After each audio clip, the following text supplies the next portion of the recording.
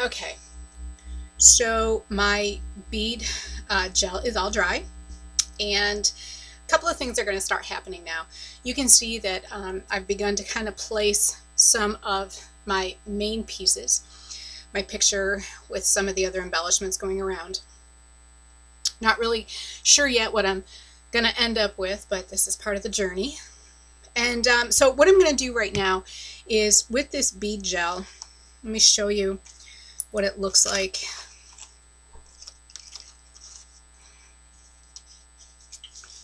You can kind of see that. It ends up drying clear, so the white paste that you put down with the glass beads essentially disappears, and really what you end up with is this glossy kind of background. You can see that there, and these clear little glass beads. Okay, one of the things that I want to do, because you really don't see this well, is I'm going to define them, and essentially what I'm doing is I'm giving my background some texture over and above the other layers that I have down. You can kind of see what I've done here.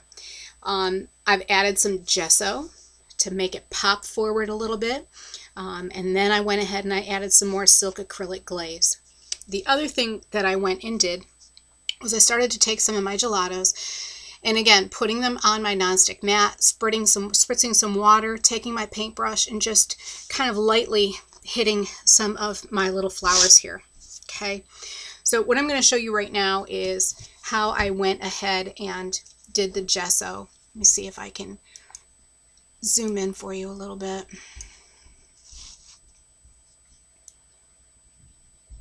Okay, hopefully that's okay. And all I'm really using right now is Claudine Helmuth's Studio Gesso in white. I don't want clear. I want you to be able to see this. And I'm a big fan of using my fingers on a lot of stuff.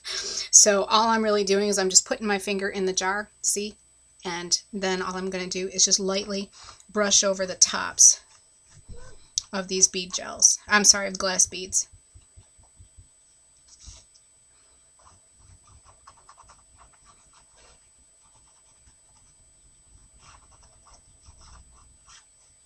I'll turn this here so I can see it right side up. Make sure I've got what I want.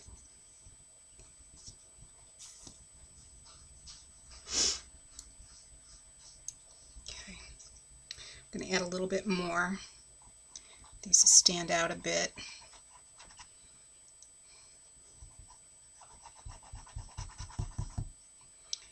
You know, I'm not trying to be perfect here either, so just have fun with it. Go crazy. The whole point, I guess, of making a canvas sometimes is the point of being messy and enjoying that process. So that's what I'm doing. Okay, the next thing I'm going to do is take some of my silk paint, very similar to what I was doing earlier. So I'm going to dry brush just a bit. Now my gesso is still wet, so I may see some reaction to that, and that's okay. Again, I'm not going for perfect here. I'm just going to add a little bit of color, balance out my top corner just a scooch.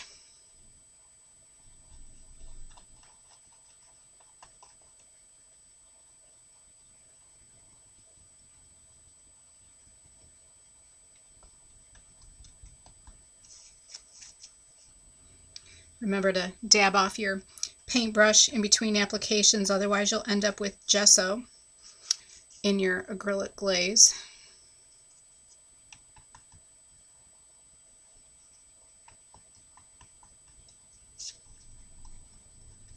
Okay, I'm going to let that dry. In the meantime, what I'm going to do, and oh, by the way, I am using pink grapefruit silk acrylic glaze. It's very pretty, and it blends well with the other pinks I have going on here. All right, now what I'm going to do is dab off my brush just a scooch and come back and hit the very tops of just a few of these flowers. I'm not painting them perfectly. I'm not looking for a perfect piece of art here. Just want the illusion of color, the illusion of the flowers in the background.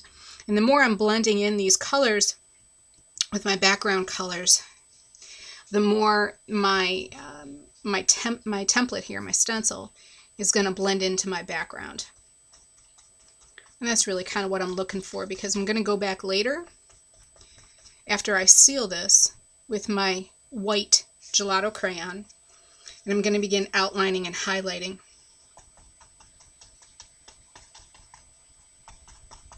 The other thing I'm going to do is I'm going to add yet again another layer, and I'm going to just throw in a stamp in a few places. I'll show you. Zoom out just a scooch again. Okay. Well, this is dry. You got to be careful. Don't want to smudge stuff, or maybe you do. It's your thing. Okay. So I'm using some of the burlap that came in our Technique kit, and my photo, and my Dusty Attic pieces that I did go ahead and add some stuff to after it dried. I just add some liquid pearls in platinum in a few places, kind of make these stick out just a little bit more. Dress them up just a touch. You know, the devil's in the details. And what I'm using here is just, you know, a regular stamp with butterflies and text. And I really only want part of this. And I kind of just want it to show up in just a few spots around my photo. So what I'm going to do is grab my stamp,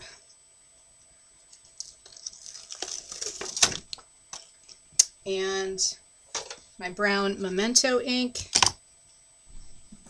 You don't want to use Distress ink on your canvas, and here's the reason. When you add layers, if there's anything liquid, as you well know, Distress ink reacts to moisture. So if you're looking to get crisp images, or you're looking to control your ink, you really need to use a more permanent type ink, more dye-based, that is not going to react to moisture. Because once I kind of get my canvas the way I want it, I'm going to actually seal it in Mod Podge.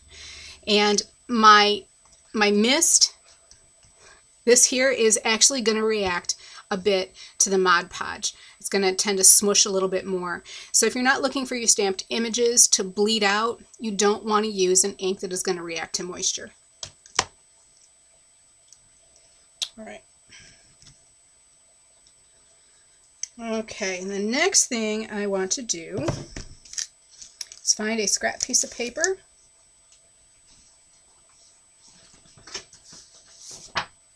Anything will do, because I want to control my stamped image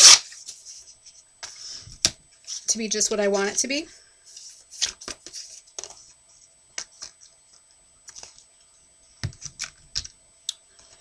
Move this off.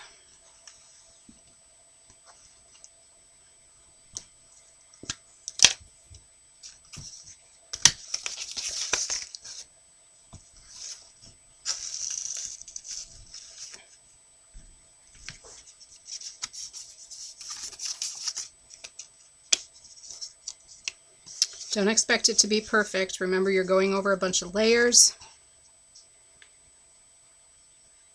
It may not come out exactly perfect, but it's okay.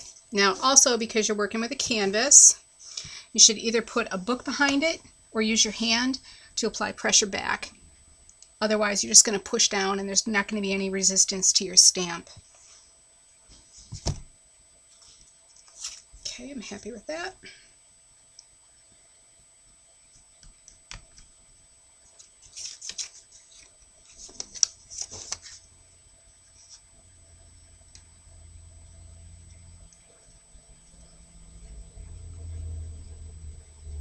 Okay, just in a few spots. I'll go back, check it later, see if I want to add more. You can always add, you just can't take away.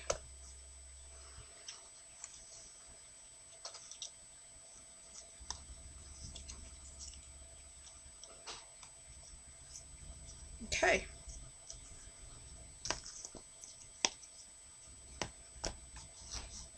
All right, at this point, I'm going to go ahead, cover this in Mod Podge, and seal it. The other thing that the sealant is, well, there's a few things that the sealant will do. One is it's going to give me a nice flat, non-porous surface. I guess flat isn't the word either because it's not going to level, but it's going to give me a non-porous surface. And gelatos work really well in that type of environment because then you can actually blend and they smush and they get all nice and creamy really well. Versus doing it on a porous surface like paper or something along those lines where it has a tendency to not want to move as much. And I want it to move. I want to create shadow and light fluffy features, and I can do that when I have, when I have my surface sealed. The other thing it will do is it will also keep some of my glass bead gel, my glass beads, from falling off. And it will give me a nice surface with which later, if I wanted to clean this off, I could. Okay, so I'm going to go ahead and do that next.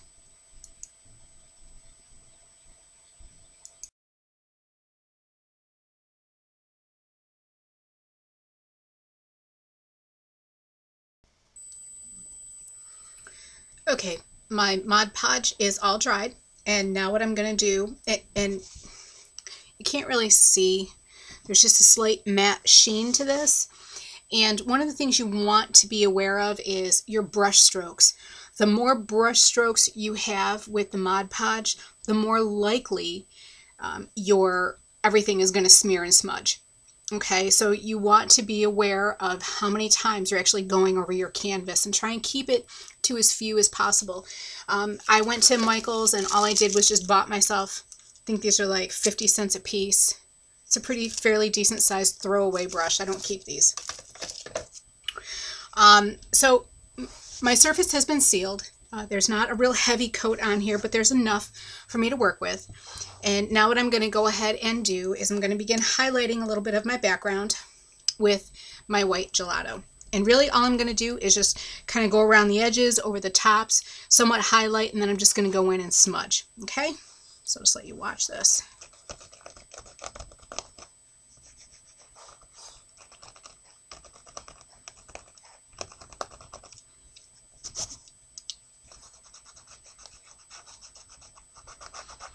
And what I'm creating here is a bit of a cloud effect. So it's a really, really soft edge to my branch. Some of where the gelato stuck, you can see where it's heavier. Let's see if you can see that. There you go. Okay. So you can see where it's just a bit heavier in some places, and then in other places I'm just creating a shadow essentially with white rather than dark. All right, so I'm going to go ahead and hit a few more of these.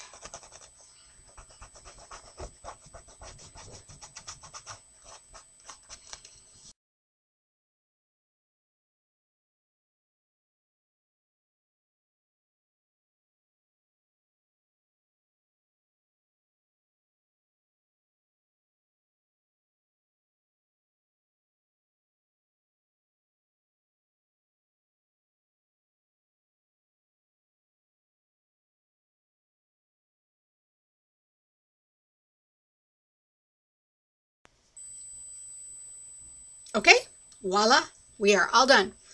I highly recommend using glossy accents as an adhesive or some other industrial strength adhesive.